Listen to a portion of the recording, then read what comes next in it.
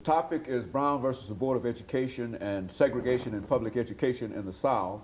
And our guests are Ms. LWynn and Dr. LBaldwin. Dr. Baldwin, let's see if we can end this final segment by having you to give us some information relative to segregation in higher education in the South. And of course, Ms. Wynn will end it by supplementing some of the information that you're dealing with. As Ms. Wynn pointed out, the Plessy v. Ferguson case sort of established segregation across the board, not just in transportation, but in schools, etc. As early as the 1930s, the NAACP was interested in fighting for the implementation of equal education at the higher levels of institutions.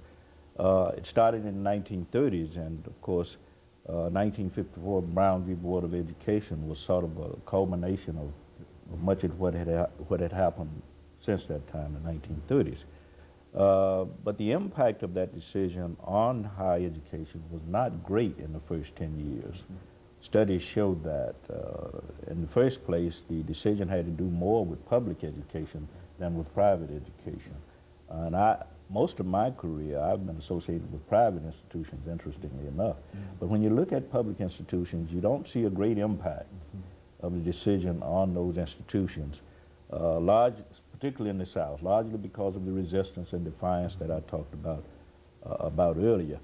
Some statistics show that if you're looking at the period from 1955 up to 1965, for an example, that the implementation of the decision occurred on a level of about slightly more than 2% in the southern states. But when you get to the border states, you get a higher percentage. But I think there was the feeling in the South, has long been the feeling in the South, that the federal government is trying to impose something on educational institutions. And I think that accounts in large measure for the kind of resistance and defiance that went on. But my experience has been, if you want to look at my experience, I've noticed over the years that desegregation or integration, if you want to use another term, has really not occurred on any grand scale since the Brown v. Board of Education, primarily because we haven't had the proper resources allocated, particularly financial resources. It's very, very important. Also, I think we have misunderstood the meaning of integration. Integration has to do not only with it has to do with mutual acceptance, not just rubbing shoulders and elbows. It has to do with mutual acceptance. It has to do with interpersonal, intergroup living, and shared power and resources. And I think that's the problem. That's where we've fallen short in terms of the allocation of proper resources to implement these decisions that have been passed down from the levels of the courts. Would you agree with that the implementation has been sort of stymied because of available resources? I think the implementation was stymied because of resources. Also, right after Brown v. Board passed, you can't forget about the Southern Manifesto, which was signed by almost all of the Southern senators and representatives, with the exception of the senators and representatives in Tennessee, Albert Gore, Percy Priest, and there was another one I can't call his name right off the top of my head, but they did not sign the Southern Manifesto, which makes Tennessee a little unique in that respect.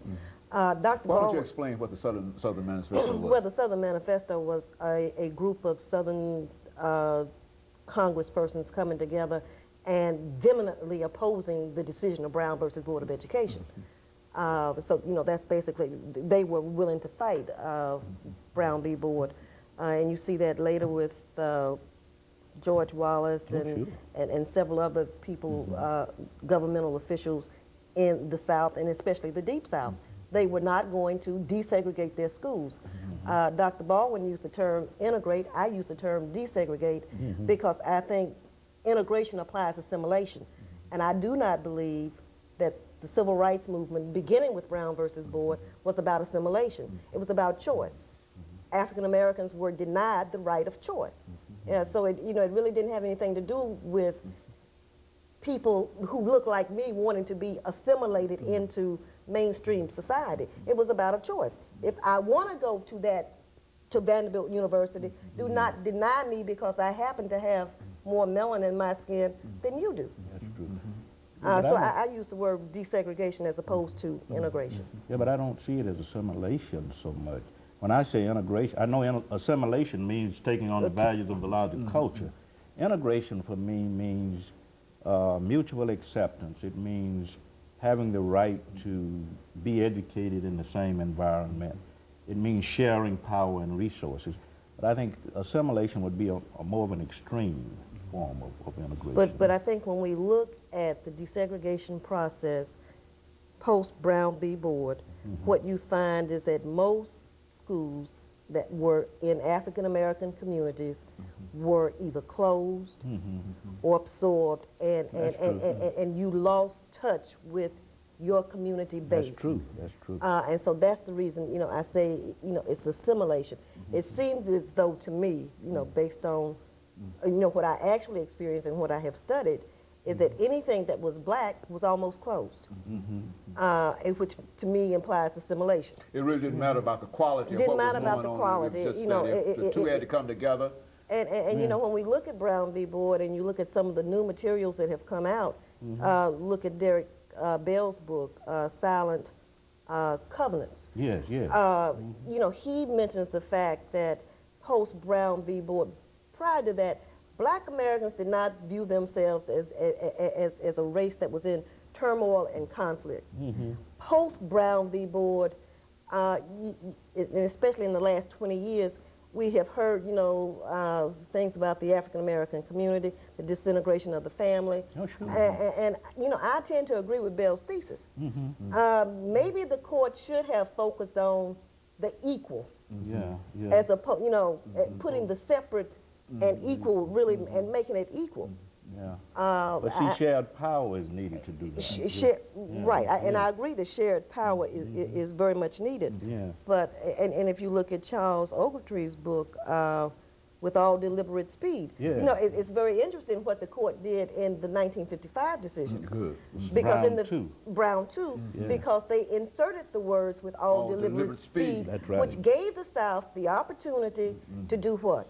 To take it its as time. slowly as it wanted to. And I mean, again, when you speak about Nashville and its public educational system, we just ended a case in Nashville not too long ago. This started in 1955. Exactly. And it ended in the 90s. I mean, that's all deliberate speed. And that case, you know, the Nashville model became the model for cities across the South. I think there was a lot of fear that if you pushed the South too fast on this issue, that they wouldn't conform to court decisions. So there was always some reluctance on the part of the Supreme Court to sort of dictate and demand, to say that we're trying to persuade and mediate, not dictate and demand, because they understood that the white South could be very resistant when you're dealing with these kinds of issues. Well, you know, I'll give them, you know, credit for one thing. I think that when you look at American history in general, and you look at world history and what was going on, you were in the middle of a Cold War period, okay? Brown v. Board, I think, helped at least the image of America internationally. You know, internationally, how can you be talking about democracy abroad when you have a group of your citizens who are not receiving democracy in their own land? This, you know, is a country that was built upon the blood, sweat, tears of people of African descent.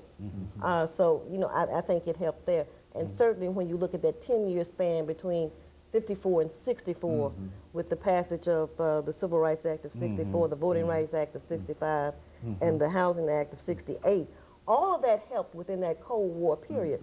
So, you know, I think the Civil Rights Movement helped propel national policy that made America look better in the eyes of the world. Very good. That's true. Very good. And of course, Dr. Baldwin, we've got about 45 seconds. Yeah, I agree wholeheartedly with that. growing up in the South, I saw how the white South responded. They really didn't care how the world portrayed America. And people like George Wallace and Lester Maddox often said, why should we care about Eastland how out the of world Mississippi. views us?